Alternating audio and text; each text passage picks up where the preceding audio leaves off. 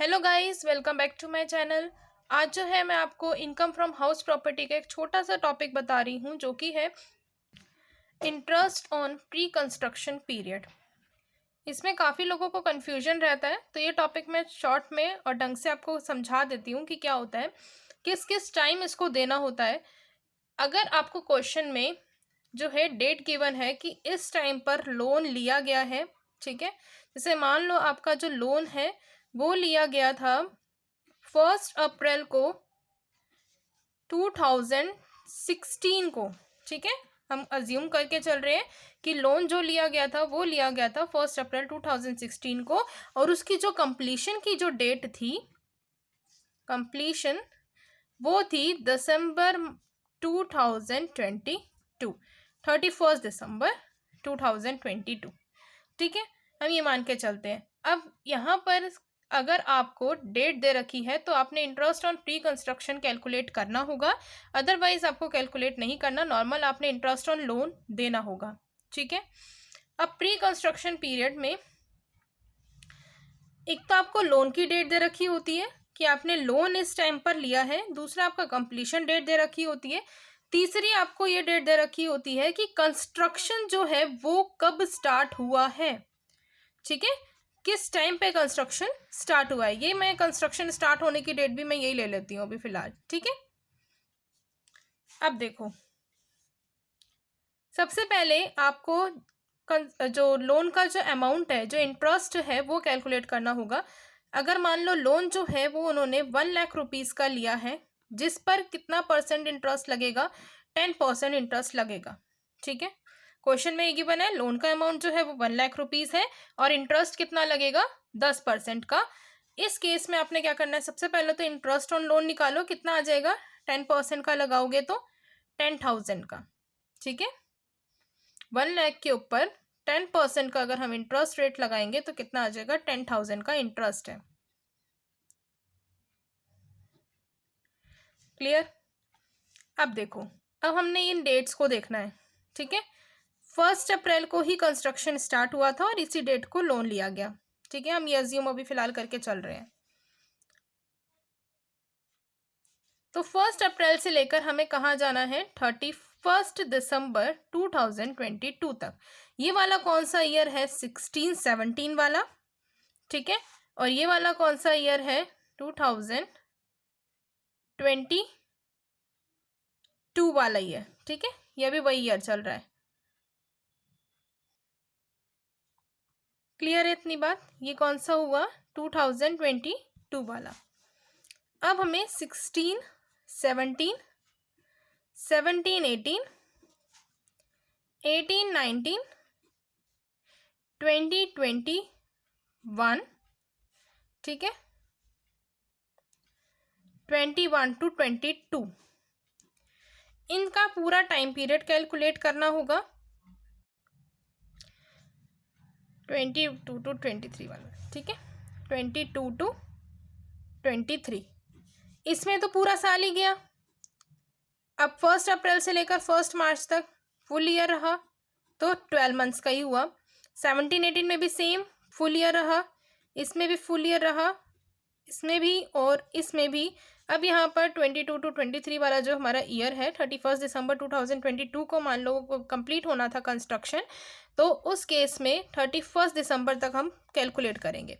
अप्रैल, मई, जून, जुलाई, अगस्त, सितंबर, अक्टूबर, नवंबर, दिसंबर, कितने महीने हो गए, 9 मंथ्स हो गए। तो ये कितने मंथ्स का रहा, 9 मंथ्स का। अब इसको कैलकुलेट कर लो,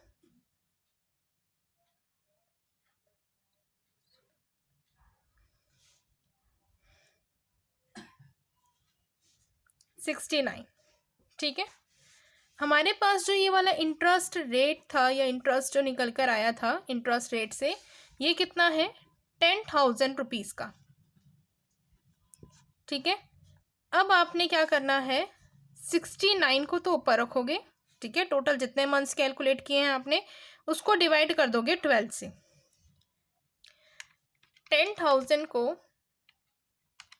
69 डिवाइडेड बाय 12 कितना आया, 57,500 500। ये आपका इंटरेस्ट रेट आ गया प्री कंस्ट्रक्शन पीरियड का, ठीक है। अब एक रूल है, अब रूल क्या है कि जब भी आपका इंटरेस्ट रेट आता है, ठीक है, इसको हम नेक्स्ट 5 ईयर के इंस्टॉलमेंट में रखेंगे। कैसे रखेंगे? 5 इयर्स की इंस्टॉलमेंट में, ठीक है। जिस ईयर में कंस्ट्रक्शन कंप्लीट हो रहा है, जिस भी ईयर में हो रहा है, उस ईयर से आपने स्टार्ट करना है और 5 साल तक का लेकर जाना है, ठीक है। इसको हमने क्या कर देना है? 5 से डिवाइड कर देना है। 57,500 डिवाइडेड बाय 5, 11,500। 11,500 अब 5 साल तक का इंटरेस्ट आ गया, ठीक है। तो नेक्स्ट 5 ईयर्स तक चलेगा ये इंटरेस्ट। अब यहाँ पर काफ़ी लोगों को क्या प्रॉब्लम आती है, जैसे अगर मान लो कंस्ट्रक्शन बहुत पहले ही कंप्लीट हो चुका होता, ये वाली डेट अगर ना होती, ठीक है। एक तो ये वाला केस हो गया। दूसरा केस, अगर ये वाली डेट नहीं होती, अगर कंस्ट्रक्शन जो है वो आप लोगों का 18-19 में हो चुका होता, ठीक है, तो ये होता कि कैलकुलेशन अलग आ जाती। लेकिन अगर मान लो कि कंस्ट्रक्शन आपका इस ईयर में ही कंप्लीट हो जाता, तो हम इसके नेक्स्ट ईयर से लेते 5 ईयर्स। अगर उन 5 ईयर्स में ये अमाउंट अगर हमारा आएगा, तब हम उसका प्री कंस्ट्रक्शन पीरियड यानी उसमें हम डिडक्शन देंगे, अदरवाइज डिडक्शन हम लोग नहीं देंगे। कैसे? यहाँ पर अगर हमारी मान लो कंप्लीट हुई है कंस्ट्रक्शन, तो हमारे पास कौन से ईयर नेक्स्ट है? 2021। और जिस ईयर में कंप्लीट हुई है उसी से ही स्टार्ट करोगे। 18-19, 20-21, 21 to 22, 22 to 23, 24 to 25, 25 to 26, ठीक है। 1 2 3 4 5 6, मैंने 6 ले लिए। और हमें क्वेश्चन में इस ईयर में बोला होता कि ये वाला जो ईयर है ना, इस ईयर में आपने कंस्ट्रक्शन तो यहाँ कंप्लीट हुई, इस ईयर में आपने लोन को पे करना है। तो आप क्या करेंगे? पहले तो इसमें देखेंगे 11,500, इसमें भी लिख दोगे अमाउंट।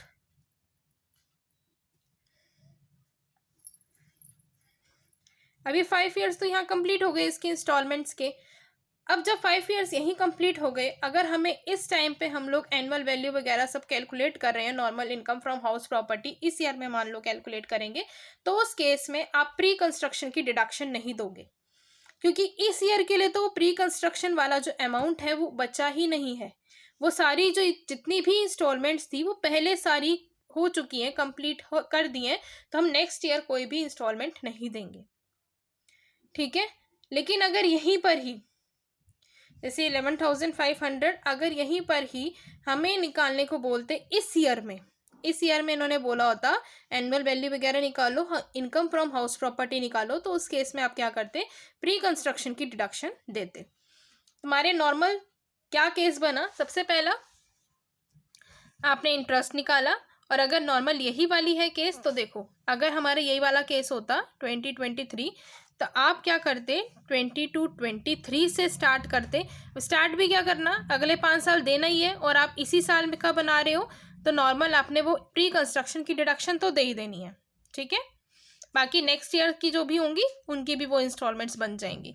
लेकिन अगर आपका कंस्ट्रक्शन बहुत पहले कंप्लीट हो चुका था, आपने लोन लिया था, आप ये बता रहे हैं, तो उस केस में आप इंटरेस्ट ऑन लोन को तो डिडक्ट कर सकते हो, लेकिन interest on pre construction period पर डिडक्शन नहीं दोगे अगर यहाँ पर आपकी कोई भी इंस्टॉलमेंट नहीं बचती है, क्योंकि यहाँ पे इंस्टॉलमेंट बची ही नहीं, सारी इंस्टॉलमेंट पहले वाले ईयर्स में ही कंज्यूम हो चुकी है, कंप्लीट हो चुकी है।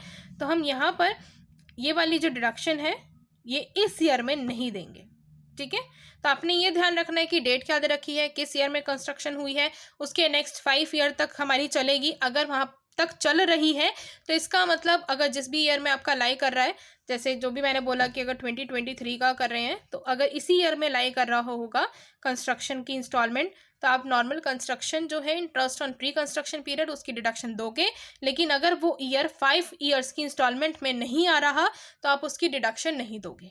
ठीक है, आई थिंक अब ये जो टॉपिक है ये क्लियर हो गया होगा। काफ़ी लोगों को कन्फ्यूजन रहता है, तो थोड़ा सा ध्यान रखना इस टॉपिक के ऊपर। और एक बात और कि अगर मान लो ये 1 अप्रैल 2016 वाला ईयर ही है और इसमें जो कंस्ट्रक्शन है वो 31 दिसंबर 2022 की जगह 31 मार्च 2017 को ख़त्म हुई होती, इस केस में आप interest on pre construction period कैसे कैलकुलेट करते? क्योंकि 1 ईयर का पूरा टाइम है। ठीक है, तो 1 ईयर के टाइम में आप देखो 10,000 तो आपका इंटरेस्ट आ ही रहा है, पूरा 1 ईयर है, इसका मतलब क्या है, बीच में कितने महीने हैं, पूरे 12 मंथ्स हैं।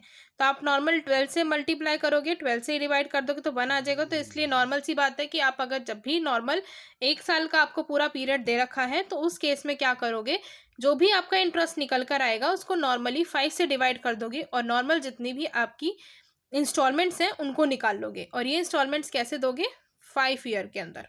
ठीक है, जितनी भी इंस्टॉलमेंट होती है वो 5 साल के अंदर अंदर पे करनी होती है। तो वो आप 5 ईयर्स की इंस्टॉलमेंट निकाल कर देख लोगे कि उस ईयर में लाई कर रही है या नहीं कर रही है, जिस भी ईयर में आपको इनकम फ्रॉम हाउस प्रॉपर्टी का हेड कैलकुलेट करना है। ठीक है, सो अभी हमने यही टॉपिक ढंग से कंप्लीट करा है। नेक्स्ट वीडियो हम करेंगे नेक्स्ट टॉपिक्स और नेक्स्ट चैप्टर्स। सो मिलते हैं नेक्स्ट वीडियो में। Bye bye.